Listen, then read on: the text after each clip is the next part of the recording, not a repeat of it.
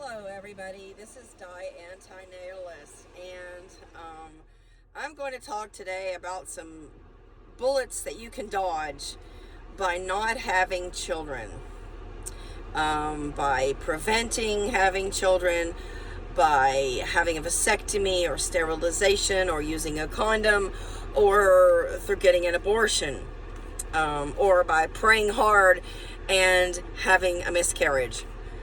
But any of those, number of things is fine as long as it does not produce a human baby. I have a friend, and I use that term loosely. I will call her Susie Q.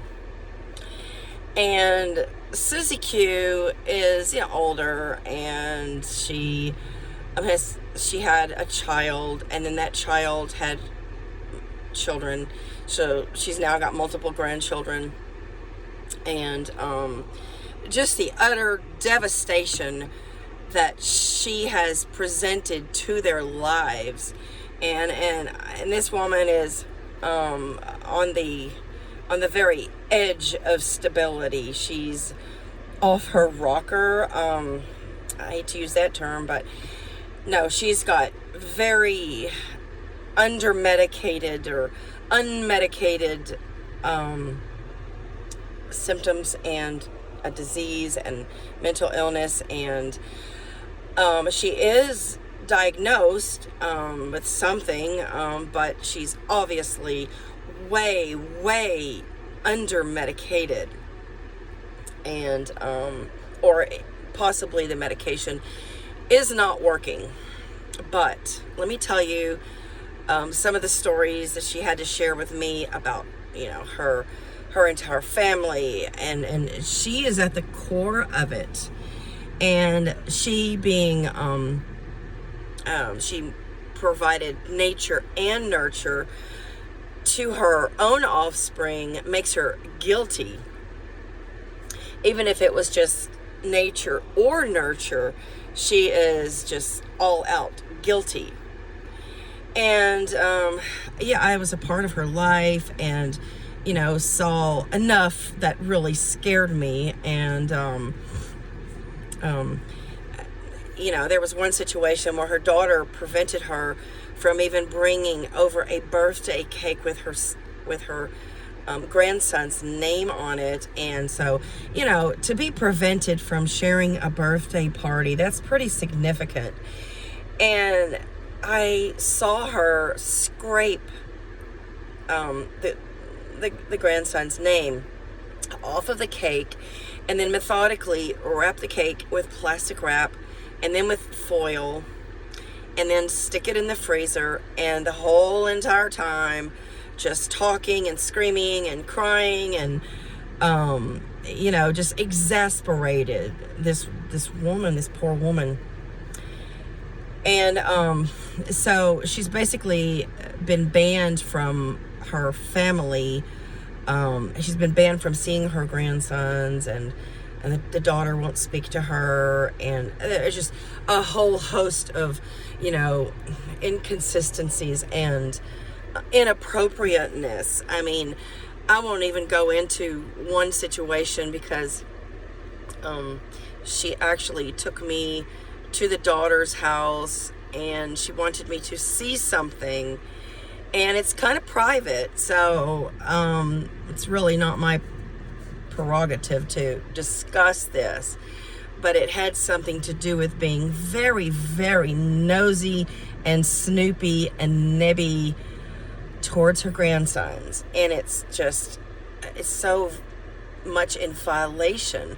I mean, the fact that I was present when this took place, I just thought, that would never ever happen in my family. I mean, my family kind of guarded their own privacies, and there's probably a little bit of snoopiness on my mother's and grandmother's part, but not to the extent that this friend of mine had violated her daughter and grandkids.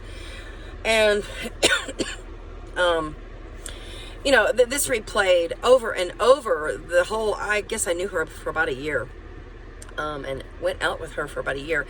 And it was just nothing but an up and down and an off and on. And, you know, she would be at odds with a man friend, and then she would, of course, come around to the lady friends. And that's the way a lot of really small women, that's what really small women do. When they have a boyfriend or a man in their life, they exclude women. And, you know, it's quite sexist of women to do that. And I worked really hard not to do that. And I tried to involve women, lady friends, whenever I had a boyfriend or, you know, whatever. And they were always welcome to come along. And never did I try to isolate somebody just because I had a boyfriend.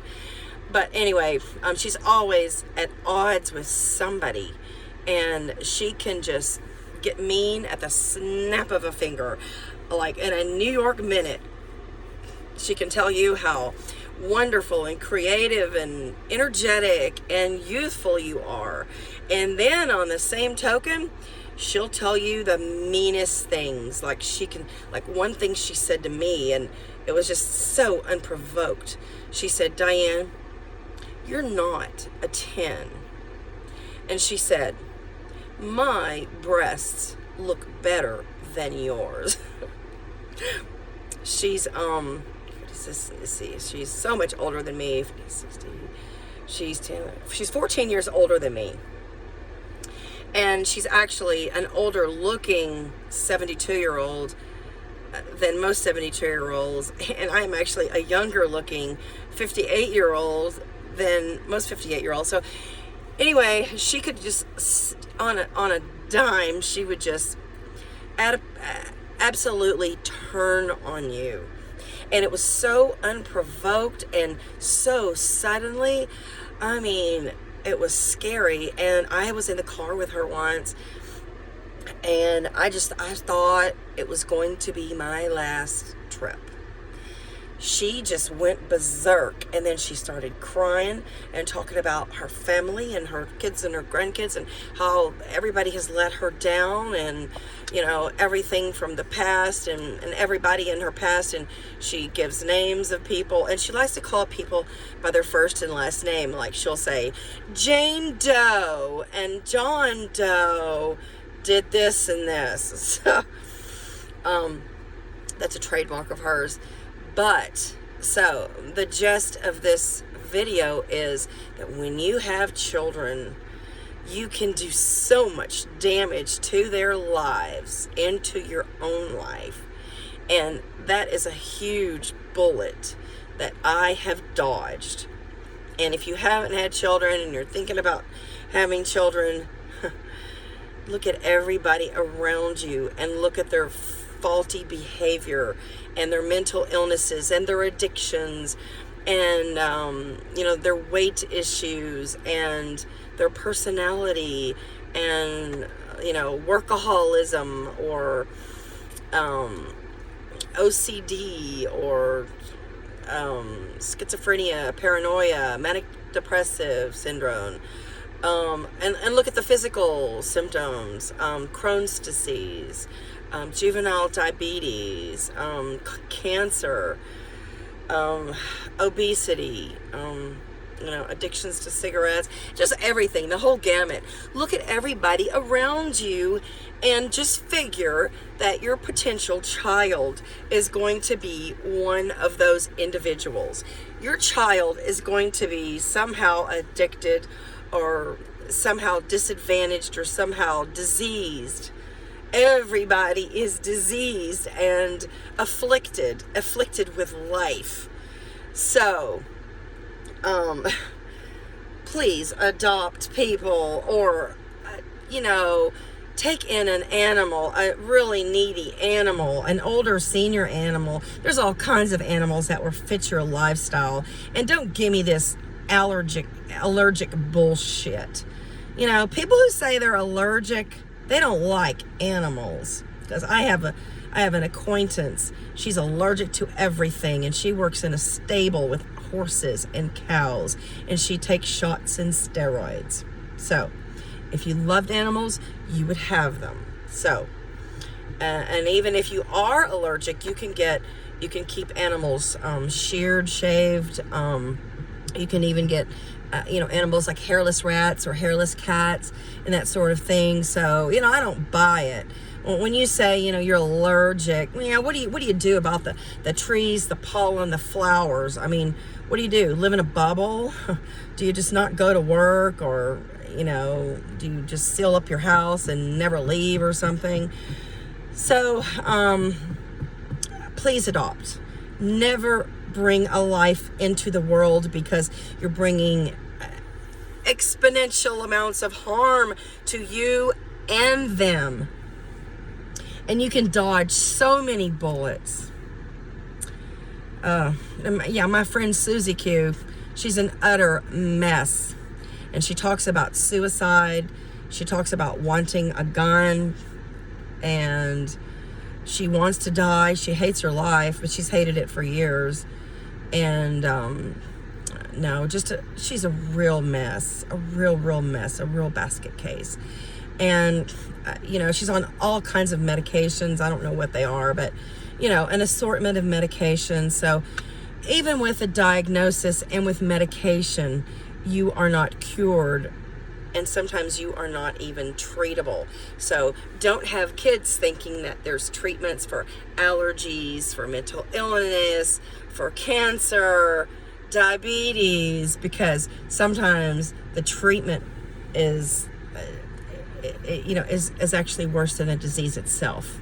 So there's no reason to have a child. Zero reason to have a child. Zero. Thank you for watching my video, and please subscribe if you already haven't.